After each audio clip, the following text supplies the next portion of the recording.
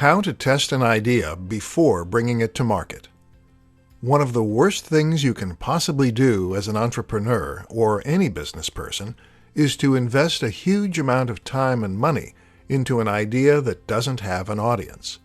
If you spend thousands of dollars or countless hours developing a product that no one buys, then of course it is going to be money down the drain. And of course that may sound obvious, but it is an unfortunate reality that happens far more frequently than you might think. The problem is that we will often assume that because we want a certain product, that there must be market demand for it too. Or because something has been successful in the past, it will likely be successful in the future. This is not the case, however. And if you want to ensure your product will be successful, then there are some different precautions you need to take. In this presentation, we'll learn what those are. 1. Validation.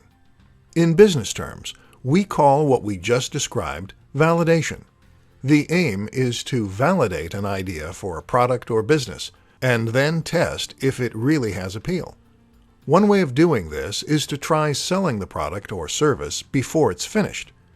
You can do this by offering a beta test of sorts, by taking pre-orders, or even by having a sales page that informs the buyer you're out of stock only once they try to make a purchase. This is important because very often people will say they're interested in an idea, but they're not necessarily willing to pay for it. To test if your idea truly has legs, you really need your audience to put their money where their mouth is. Then you can calculate how much money you would have made and whether or not that would have been enough to make the work worthwhile. 2. Fail fast.